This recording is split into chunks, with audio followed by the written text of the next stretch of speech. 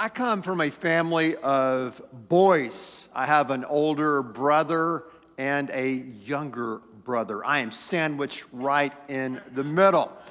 But my two brothers, they're interesting. They really, really, really, really love to fish. They love to fish. I remember Thanksgiving season, I was up in Dallas visiting my brother, my older brother, and I said to my sister-in-law, "Hey, where's Ed?" And I go, "I don't know where he is." So I said, I'll look for him. And then I found my brother. He was in his study, and he was hunched over, and he had some thread, and he had, some tweezers and some scissors, and he was doing this and doing that. And I said, "Ed, what are you doing?" He said, "I am making a fly." Okay? I'm not talking about the kind of flies that annoy you, but a fly, a fishing fly, because he likes to go in the ocean stuff and streams and lakes and fly fish, okay? And so he was making this and he was putting it together and he said, "Look at this. Isn't this great? Doesn't this look great? I call this the Rooster Booster," or whatever the heck he called it, right? And I was like, well, yeah, I guess that's kind of great, but look at that thing in it. There's a hook. And do you realize you're lying, right? You're lying. I was telling my older brother. Older brothers and older siblings do not like to be corrected. I don't know if you know that or not. The oldest one think they know everything. They don't. They know a lot, but not everything. I said, "Hey, can't you see, Ed, you're kind of lying to the fish. That's why I don't like to fish. I just can't lie, right?" I'm kind of joking and being self-righteous. But I've thought a lot about that lure, and I've thought about fishing because my brothers, again, talk about it all the time. They're trying to figure out what the fish is doing. They're trying to figure out what is the right lure to use during this time of season and where they are, and basically how they can use that lure or how they can use that bait in a way to catch and really first deceive that fish. Because the fish will look at it and they don't know, and they think it's food, they think it's good, and they will reach out with their mouth and grab a hold. And by that time, most of the time, it's too late, and the fish gets hooked. Now, before we get too judgmental and start judging the fish and go, how stupid could these fish be? We got to stop a little bit. We got to pause. We got to check ourselves. Because how many times have you and I been just like a little fish?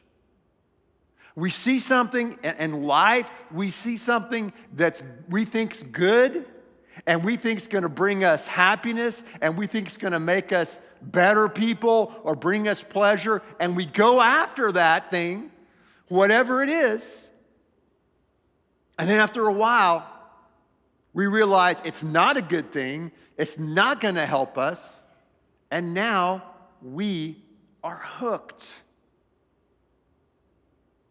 But it all starts with being deceived, deception.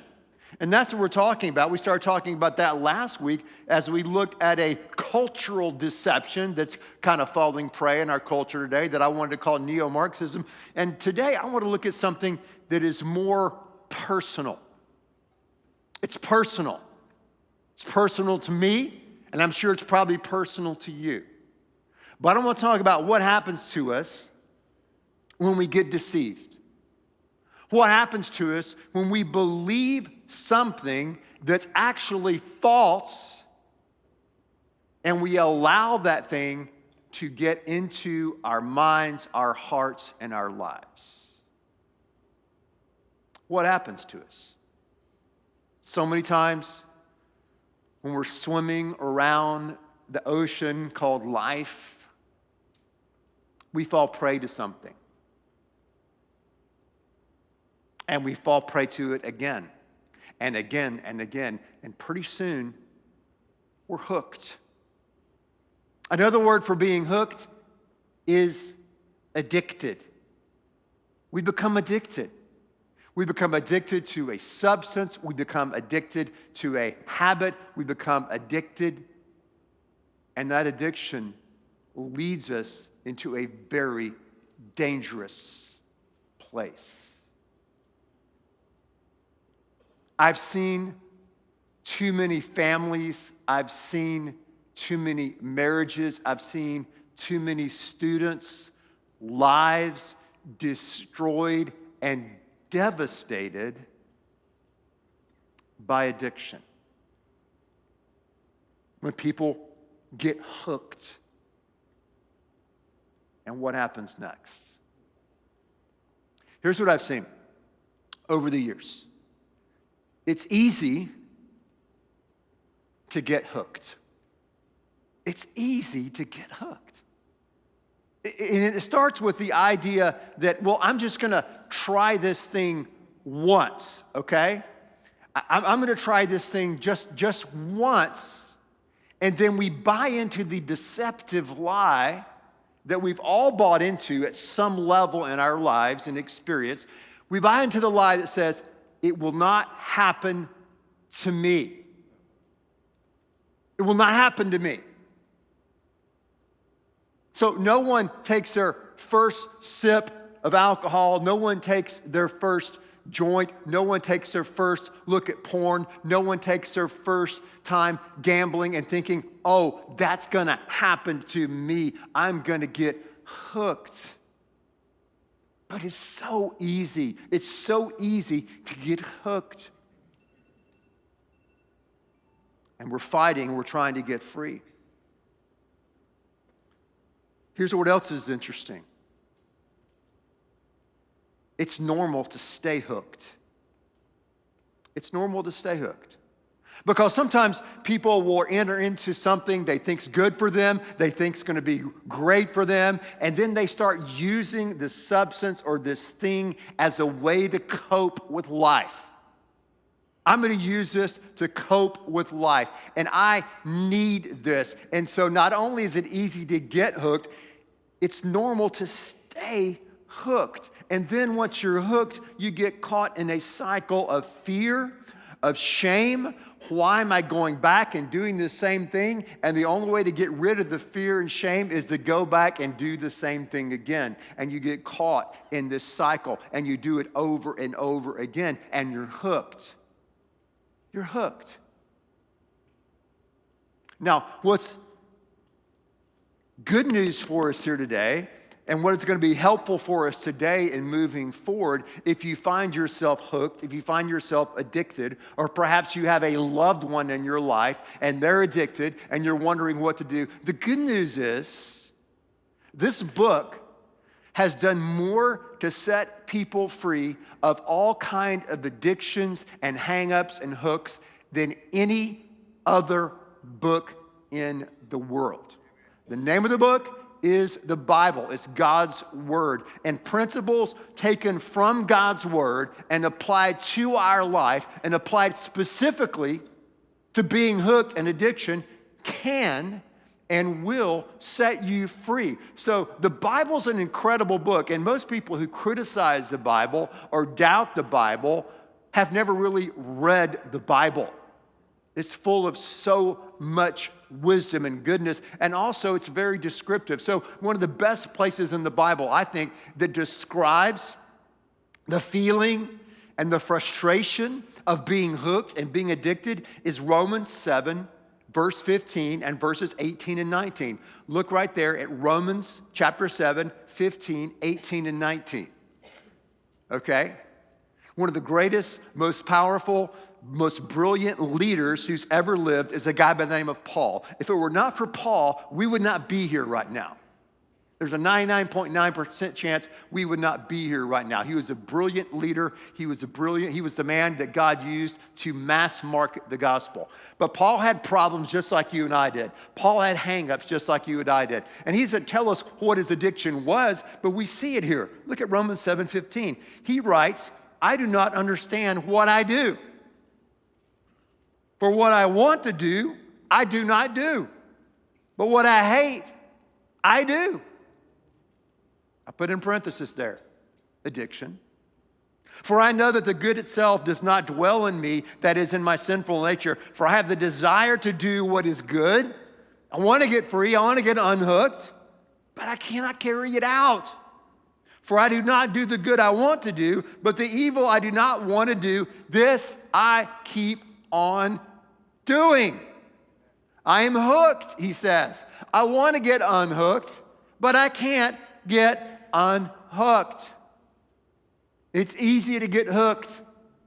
It's normal to stay hooked. And this is how people stay hooked. They stay hooked by believing into these lies, this deception. They think, you know what? I'm the exception to the rule. It's okay if I do this. It's okay if I use this. It's okay if I see this. It's okay. I am different. Or people will say, I can handle this. Or they'll say, you don't understand. I need this to cope with life. You don't understand my situation. You don't understand my family. You don't understand my job. You don't understand the stress I'm under. I need this to cope. Or they'll simply deny it and say, hey, I really don't have a problem. I really don't have a problem. But they have a problem. We all have problems. And really, addiction, when you look at it on a continuum, sometimes can be a matter of degree. But today, so many people are hooked, whether it's on alcohol, whether it's on gambling, whether it's on porn, whether it's on gaming, whether it's on marijuana, drugs, you name it, shopping. We can find 1,000,001 things to be addicted on. How do you know you're addicted? How do you know that you're addicted? How do you know that you're hooked? Well, I can say this. If you are using and doing any of those things, stop it. Stop it right now. And if you can't stop it and you've tried to stop it, you're hooked and you're addicted and you need to get help right now. Right now. Deception. We fall for things that we think are good for us. Adam and Eve weren't complete idiots when they had the forbidden fruit. There was some need met. There's some initial need met when you start using or falling into an addiction, but then you're addicted, then you're hooked, and then the guilt, the shame, the frustration, it begins to affect your health, it begins to affect your schoolwork, it begins to affect your family, it begins to affect every single aspect of your life. It's so easy to get hooked. It's normal to stay hooked. And it's impossible to get unhooked. It's impossible to get unhooked. Once you're hooked, once you're addicted. Think about my friend years ago. His name's Kevin. I'll call him Kevin. That's not his name. This is many years ago, and he was from a small town in Texas, and he just started messing around, started drinking for a while. Then once he started drinking, he started doing a little pot, no big deal. He goes to college, and when he's in college, he starts doing a little more things. He starts doing cocaine. He moves to Houston. He gets a job. He's doing okay, but now he's using cocaine. Then he starts selling cocaine. Then he has a cartel breathing down his neck. He has the feds that are on him. I mean, his life is blown up right before it. Kevin never thought, oh, wow, I'm just going to, sneak some alcohol, here. I'm just going to, have a little joint here with my friends. I'm just going to do, a little, I'll never into a place where I would ever abuse it or get addicted. I would never sell. And now he has these different forces in his life that are bearing down upon him. Because here's what happens when you're addicted. It's just like the fish, right? It's just like the fish. Think about it. A fisherman takes that lure, puts it out there, deceives the fish. The fish gets hooked. The thing fights like the devil. And then what is the fisherman trying to do? The fisherman is trying to pull that fish out of its natural environment, the ocean, and pull it out into an entirely different world. They're now in a world where those gills don't work. They can't breathe in that environment. And that's what happens to addiction. Addiction hooks you, it grabs you, and then it pulls you into this crazy environment dealing with crazy people, and your mind starts making crazy decisions, and things are out of control, and you find it difficult to breathe, difficult to live, difficult to function because you're hooked. You're hooked. You're hooked. It's easy to get hooked. It's normal to stay hooked, and it's impossible to get unhooked. Look at John 10:10, another great verse on addiction. The Bible is full of them. John 10:10, the thief, listen, the thief comes to steal, kill, and destroy. That's addiction. Addiction comes to steal, kill, and destroy, but I've come that you might have life and have it more abundantly. Addictions will come into your life. They'll steal, and they'll kill, and they will destroy your life. And then all the people around those who have an addicted loved one are filled with fear, and you feel helpless, and you don't know what to do next. So you can be addicted to a substance or an activity, or you can be on the other side where you're a loved one who's addicted to helping the person struggling with the addiction. And you can be hooked either way. And we fall into a sense of confusion and helplessness and fear. It doesn't matter who you are. It doesn't matter. It doesn't matter if you're a young person. It doesn't matter if you're middle-aged. It doesn't matter if you're really, really smart or you're dumb or you're good-looking or ugly or fat or skinny or a celebrity of all things. It doesn't matter. Once you get hooked, you're hooked. And you can't get out. As the great writer Stephen King said, when you're puking in an alley, it doesn't matter if you're a bum or a CEO. We all look pretty much the same. It affects everyone.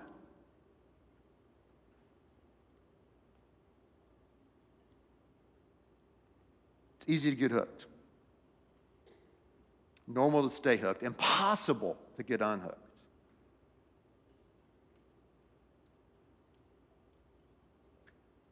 Well, let me say that. It's impossible to get unhooked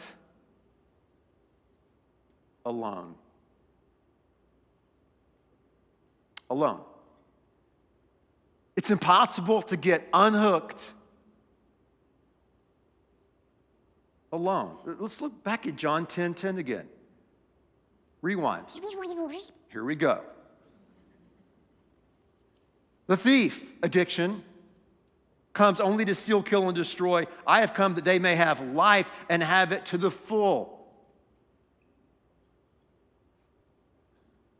Christ came to give us life.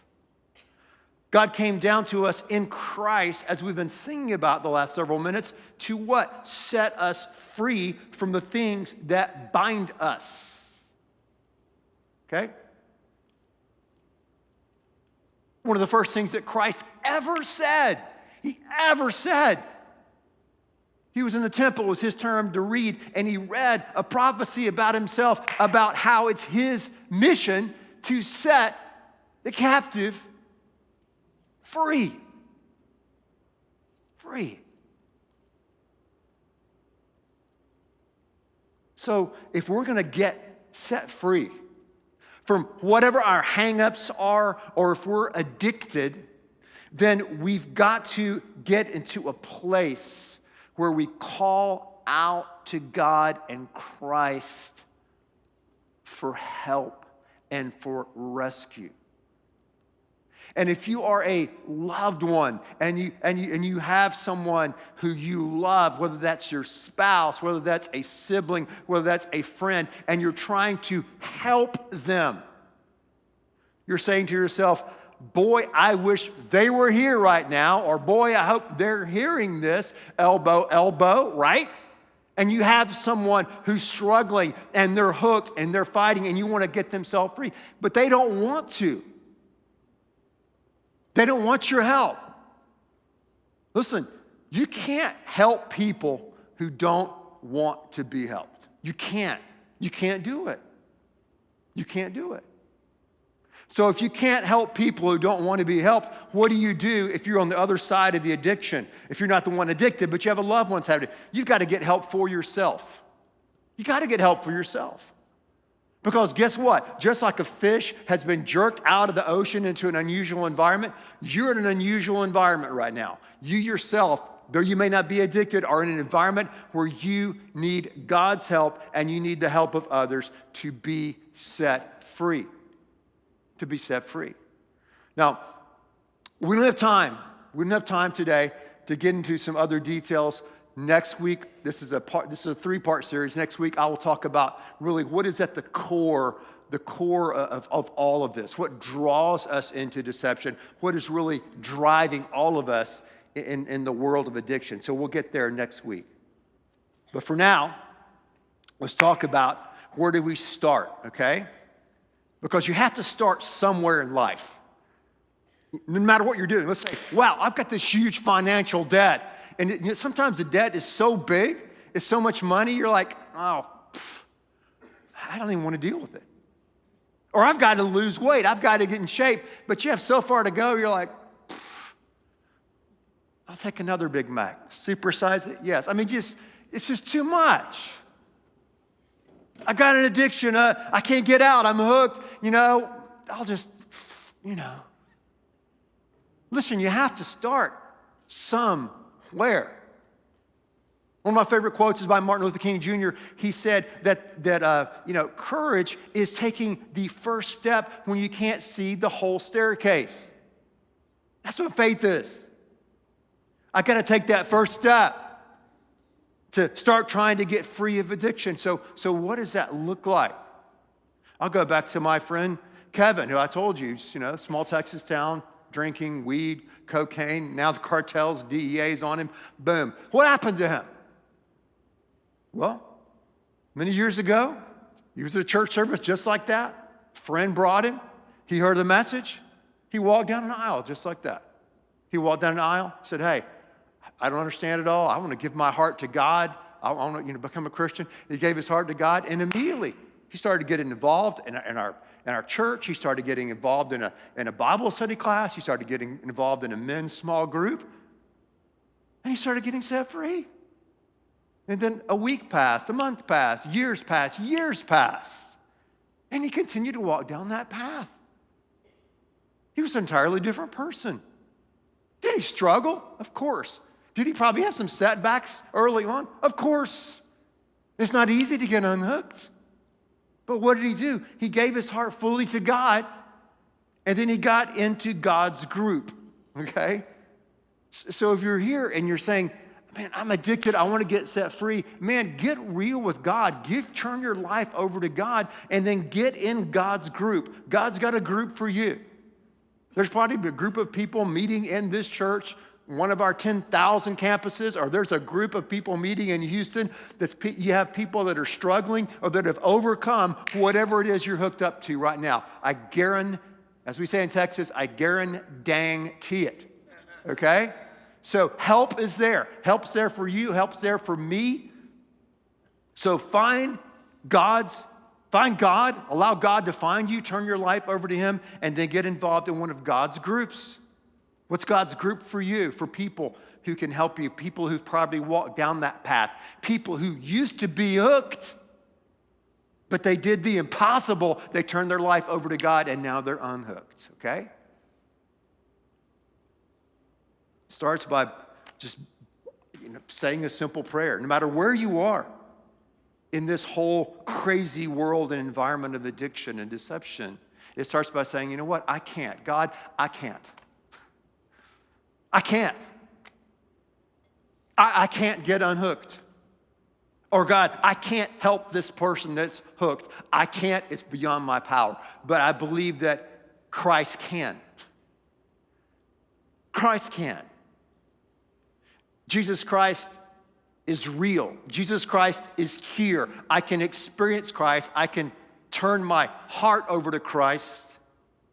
And I will, that's the last thing, I will turn my life over to Christ and do whatever it takes to get set free. I can't. It's impossible. You can. You are the God of the impossible. And I will surrender, turn my life over to you, and do whatever it takes to continue to get set free. I'm going to get back in my environment if I'm a little fish. I'm going to get back into the ocean of God's grace, of God's group, and of God's plan for my life. Some of the greatest people I know in my life, some of the dearest friends I have in my life to this day, here in Texas, on the West Coast and the East Coast, everywhere in between, are people, brothers, who were once hooked. I mean, really hooked. And they got set free. They gave their life to God. They started working out. And 5 years, 10 years, 20, 25 years, and they are some of the greatest people I know on this planet. Full of humility, full of courage, full of character. You got to start somewhere. Start this new chapter. I have a friend of mine on the East Coast who runs a ministry helping out people who are addicted.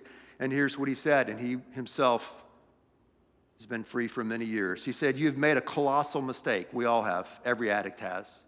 "Now it's time to move quickly to the next chapter. Nothing you have ever done has to define the rest of your life. What you do for the rest of your life will define the rest of your life."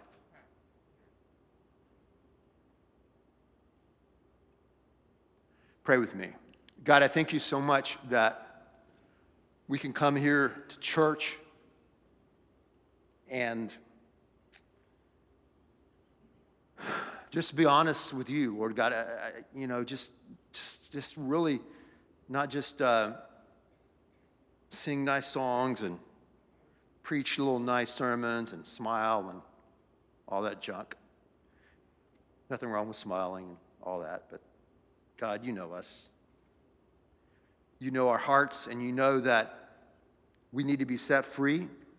And the only way it can happen really is turning our life and our heart over to you. God, some people here today right now don't want to do that. God, I get it. Get them to a point, God, it's my prayer, where they be willing to do that. God, other people are here and they're like, man, this is my day. That guy, Kevin, that's me. And I need to walk down the aisle today and get set free. Father, I pray that they would do that. They would stand and walk down front, have the courage, have the boldness to say, hey, I want God to set me free today. Lord, others here know you. God, they know you. Maybe they were set free many years ago. Maybe it's not even something they fell prey to in their life, but they want to be around a church that seeks to really be the church. That seeks to be not a country club for saints, but a hospital for sinners, for people who are trying to follow you and to get set free. So, Father, I pray for Christians here today, for families and couples, for students who need to stand down and say, hey, I want to be a part of God's group, this church. God, may they stand and come down front today. This is my prayer. This is our prayer. In the name of Jesus Christ.